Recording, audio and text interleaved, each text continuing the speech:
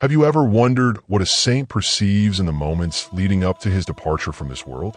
And if someone, about to cross the threshold of eternity, received a revelation that would alter everything we know about faith, salvation, and the destiny of humanity? In the modest cell of a silent convent, while the outside world carried on unaware, a man marked by invisible pains and bleeding stigmata was on the verge of experiencing the most supernatural moment of his existence. His name was Francesco Forgione, known by everyone as Padre Pio of Pietrelcina. It was September 1968. Time seemed to move more slowly inside the walls of the convent at San Giovanni Rotondo. Padre Pio was visibly frail. His fragile health, sleepless nights, and the weight of physical and spiritual sufferings grew more intense. Those wounds in his hands, feet, and on his side, resembling those of the crucified Christ, still bled discreetly, as if carrying one final message. No one knew it, but that would be one of the last dusks of his life. He, however, already sensed it. In the solitude of his cell, bathed by a calm twilight and the lingering aroma of incense, Padre Pio knelt before the crucifix. His half-closed eyes betrayed the exhaustion accumulated over decades of ceaseless prayers, endless confessions, and fierce spiritual battles. But his soul remained awake. It was in that moment, amid a hush that bordered on the sacred, that something extraordinary occurred. A gentle light invaded the small room, not like the glimmer of a candle or moonlight through the window, but something seeming to emanate from within him. A familiar presence made itself known, accompanied by a sweet, serene, maternal voice that spoke his name tenderly. My son, Padre Pio, opened his eyes. He recognized that voice. It had accompanied him since youth in his darkest trials. It was no illusion or dream. Before him, clothed in a deep azure mantle that seemed celestial, stood Mary, the mother of Jesus. The time has come for you to see what has been hidden from human sight, she said. Without fanfare, with a gentle smile, Mary beckoned him to follow. And Padre Pio, though weak, felt an inner strength prompting him to rise. What he would see next defied the limits of human reason. The Most Holy Virgin had not come merely to console him in his final days. She had a secret to reveal, a secret kept since the Apostolic Age. A mystery that involved forgotten manuscripts, distorted truths, and a mission extending beyond death itself. And it would begin right there, behind a hidden door where human eyes had never reached. Padre Pio moved silently through the corridors of the convent, guided by the radiant figure of the Mother of God. The sound of his own footsteps seemed to vanish as they walked, as if time were suspended. The old Franciscan monastery, home to countless confessions through the years, was now entirely still. No friars, no noises, not even shadows. Only the luminous presence of the Virgin Mary and the calm breathing of the stigmatized saint. Upon arriving at the main chapel, Mary stopped before the altar. Her gaze fell upon a small entrance tucked behind the tabernacle. Here, she whispered. A weathered door, barely noticeable to human eyes, opened with ease. Beyond that opening lay no ordinary room. They found themselves in a hall lined with tall shelves, packed with scrolls, manuscripts, ancient maps, dusty artifacts, and old liturgical objects. This is the place of revelations, Mary declared. Here reside forgotten truths, distorted or erased by those who rewrote history for their own ends. Even without fully comprehending, Padre Pio felt his soul tremble in reverence. A location like that was never referenced in the convent's records, and yet, here it stood, untouched. Mary extended her hand and removed a codex wrapped in brown cloth. It was ancient, perhaps millennial. This manuscript, she said, is called the Gospel of Giovanni, but not the one everyone knows. It holds words that were silenced, because they reveal Christ's love in its purest form, and a mission he entrusted to a few. According to her, the text was not part of the officially accepted New Testament.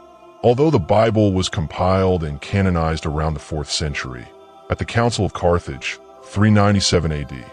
Many old writings were excluded or forgotten, some due to their profound mystical content, others for not fitting the doctrinal standards of the era. Padre Pio held the manuscript with devotion, but realized he could not understand the language in which it was written. The script was strange, appearing to blend Oriental strokes with ancient characters. "Fear not," Mary told him. "The Spirit will make you understand." She then opened the text and read with a firm, serene voice. "In the beginning was the Word. The Word was with God, and the Word was God." Padre Pio recognized the word from the Gospel of John, but in that hall, recited by Mary, they held new weight. It was as if each letter radiated light. "These words," she explained, "are not just letters. They are seeds that awaken the Spirit and reveal who the Son of the Most High truly is." Mary revealed that the text also contained prophecies, messages from Christ regarding a servant who would come, blessed with supernatural gifts, the ability to see into hearts, expose hidden sins, heal through prayer, and warn of future dangers. This man would not be known by name, but by unmistakable signs. Padre Pio, speechless, began to grasp that this was no mere ancient text. It was a summons, a hidden testimony that he had been chosen, not for greatness, but for faith, humility, and surrender. And in the presence of that forgotten gospel, a new chapter of his mission began. After receiving the ancient manuscript from Mary's hands, Padre Pio returned to his cell. Absolute silence reigned. No lit candles, no breeze through the window. Only a profound peace filled the space. He sensed something far greater was imminent. His eyes, weighed down by time and afflictions, closed slowly, and then a new presence entered the room. This time, it was not the Mother of Christ. It was the Son of the living God himself. Jesus appeared in a radiance that did not hurt the eyes but touched the soul. His features were unlike any church painting, yet his gaze, that gaze conveyed a blend of mercy, power, and compassion that Padre Pio had never felt. This was no ordinary vision, but a true encounter with a Redeemer. "My faithful servant," Jesus said softly, "your journey in this life is nearing its end. But before you return to the Father's house, there is something I must show you." With a gentle gesture, Jesus touched Padre Pio's hand, and in that instant, they were transported to a place no human words could fully describe. They stood atop a mountain bathed in a calm glow. From there, endless valleys could be seen, distant cities, and structures not of this physical realm. They seemed to be on a spiritual plane between heaven and earth. Below them, Padre Pio saw multitudes, not bodies, but souls purified by grace, emanating light. They spanned every age, tongue, and nation. "These are the ones you helped save," Jesus explained. "Every prayer you offered, every tear you shed, every wound endured in silence, all blossomed into salvation." Tears welled in Padre Pio's eyes as he beheld them in gratitude. He had never sought recognition, but now he understood the magnitude of his obedience. His life, marked by silence, suffering, and humility, had yielded eternal fruit. Yet Jesus had more to reveal. He directed Padre Pio's attention to the horizon, where dense darkness gathered. Not a common shadow, but a symbolic one, signifying an era of spiritual crisis. "The world will face a time of great confusion," said the Lord. "Many will stray from the truth.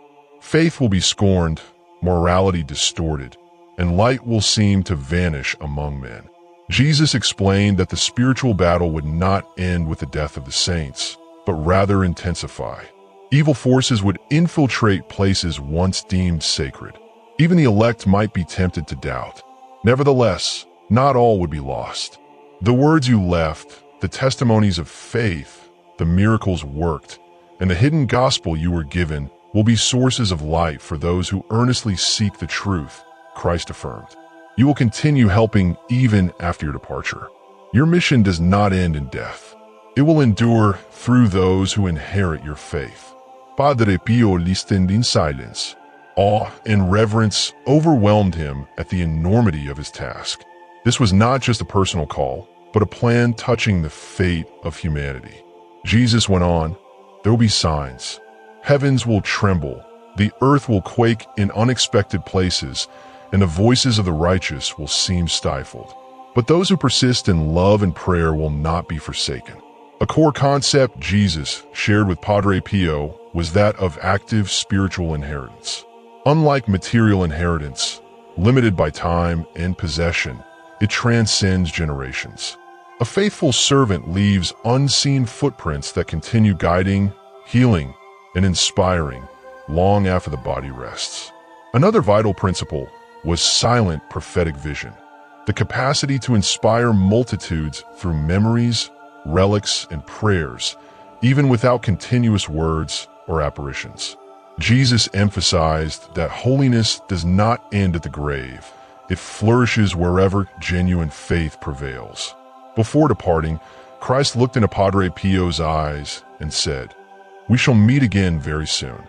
But remember, your presence will be felt by those who believe with sincerity. Wherever there is a distressed soul pleading for hope, your light will be there." Then, with a simple gesture, Jesus withdrew. Padre Pio awoke in his cell, as if returning from another dimension. His breathing was calm. He understood that his earthly journey was almost over, but his heavenly mission was only beginning. The world had yet to discover that one of the greatest intercessors in history was about to pass through the gates of eternity and continue his mission invisibly, yet far more powerfully.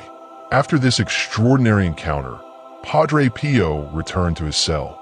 His body no longer had strength. Each breath was a struggle.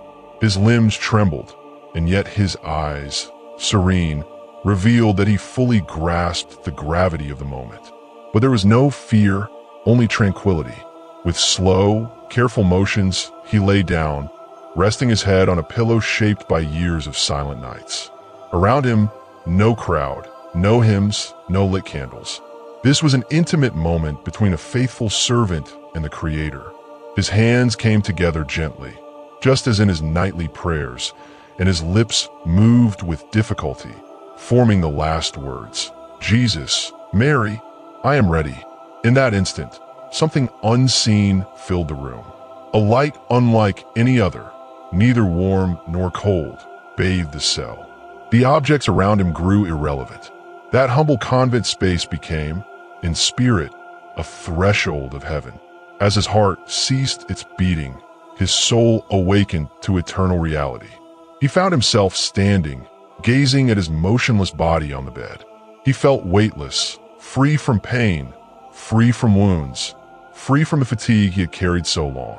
In front of him a passage opened, but it was not built of stone or wood. It was composed of vibrant, pulsating light. A sort of translucent gateway invited him forward. Crossing through, he was greeted by a sound never heard on earth, a melody like no instrument known, yet it resonated directly with his heart. It was the song of angels, offering praises to the Eternal Father. Padre Pio then saw familiar faces, souls he had aided with his prayers, confessions, quiet advice, or intercession in the confessional. They came from every corner of the globe, gazing upon him with gratitude. Some reached out with spiritual embraces, others smiled softly. At the forefront of that heavenly crowd stood a figure waiting for him. Saint Francis of Assisi, founder of the Order Padre Pio, had served all his life. Approached him warmly. "My brother, your journey is complete. Rest now in the arms of the Most High." Their souls were bound by a mutual ideal, living the gospel with radical love and simplicity. Yet his formal entry into the kingdom of heaven still held something more. Suddenly, the light around them intensified, and another presence emerged. Radiant, majestic, clothed in immaculate garments, with an indescribable gaze, Jesus Christ appeared before him. Overcome with reverence, Padre Pio dropped to his knees, not out of fear, but drawn by the irresistible holiness before him. The Lord, smiling with boundless love, stooped to lift him gently. "Good and faithful servant," he said, "enter now into the joy of your Lord. Your faithfulness touched countless souls. Your surrender glorified the Father. Now you are mine forever. In that heavenly embrace, all earthly suffering vanished. The stigmatized anguish, inner battles, misunderstandings, silent years of sacrifice, all were transfigured into purpose. Every tear shed had been planted in eternity. Jesus led him across a vast expanse where a great multitude awaited. These were souls saved through his life of prayer and sacrifice. Children who never knew his name, elders who found solace in his counsel, young people who discovered faith through his example. They all stood there, beaming. Within this sacred gathering, Padre Pio beheld something sublime. His mission would not end in physical death. His spirit, now wholly united with God, would continue ministering among the living, not as a visible figure, but as a flame lit in believing hearts. Every plea made to him, every candle lit in his honor, every tear shed before his image would be heard. Padre Pio became one of the greatest intercessors in the heavenly realm, and not for pursuing grandeur, but for living a faith marked by profound humility. Alongside Christ, he passed through the gates of eternity, a peace enveloping him, not merely the absence of pain, but the fullness of love. Thus, on September 23rd, 1968, in the stillness of cell number 5 in the Capuchin convent, a man departed this world. But in the heavenly heights, a saint entered in glory, beginning the most powerful phase of his calling, interceding for those still roaming in darkness, guiding them toward the Lamb's light. Even after leaving the physical realm, Padre Pio's presence continued, quietly yet undeniably. It was no longer his voice in confessionals or his stigmatized hands granting blessings. His action took place in unseen dimensions. Reports emerged from far-flung regions. People in despair described encountering a serene-faced friar in dreams, urging them, "Do not lose faith. God is with you." Many, previously distant from religion, returned to spiritual life following these mysterious dreams. At hospitals, some recoveries defied medical logic. A terminal patient, touched by a small relic of Padre Pio, was inexplicably cured. A deaf child began to hear after a simple prayer of faith before his image.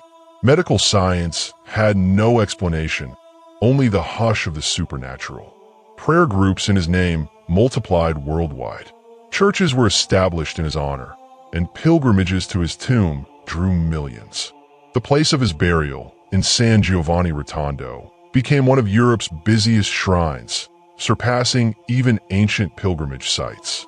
Yet not all miracles were outwardly visible. Many people testified to deep inner transformations. Hardened hearts opened to forgiveness. Lingering addictions were abandoned. Hope reignited in souls once resigned to despair. It was as though Padre Pio, though silent, continued guiding his spiritual children. His mission did not end in death. It merely took on another form, invisible but profoundly tangible. On September 23rd, 1968, he slipped away quietly, just as he had lived, discreet, obedient, wholly surrendered to God. For some, his passing marked the close of an era, but in truth, it was the dawn of something greater. What happened next cannot be dismissed. Witness accounts multiplied. People of various languages and cultures who had never met reported parallel experiences, visions of a friar, improbable escapes from danger, surprising healings, renewed faith. A silent, yet undeniable grace was spreading. Within a few years, Padre Pio became one of the most called-upon saints of the 20th century. More than 8 million pilgrims visit San Giovanni Rotondo each year. Chapels, images, and relics of him appear across the planet. But he had never sought fame, only obedience. That is what makes his story so potent. The Church recognized his sanctity, formally canonizing him on June 16, 2002, before an enormous crowd, under Pope John Paul II, who had personally confessed to him decades before. Today, Padre Pio's mission endures. He bequeathed not just an example, but a living legacy of active faith, genuine self-giving, and constant service. No embellishments or folklore are needed for this conclusion. The facts speak for themselves. Padre Pio lived fervently, suffered quietly, and now intercedes tirelessly. His signs persist, discernible only to those who see with the eyes of the soul. And you? Are you ready to believe heaven still moves? That holiness is not confined to history, that someone may be guarding you. Even if you remain unaware, Padre Pio's time on earth ended, but his impact, that is far from over. If you believe that this story should reach more souls, subscribe to the channel, leave a like, and share this video with anyone needing a reminder that faith still makes the impossible possible. Until next time, may Padre Pio intercede for you.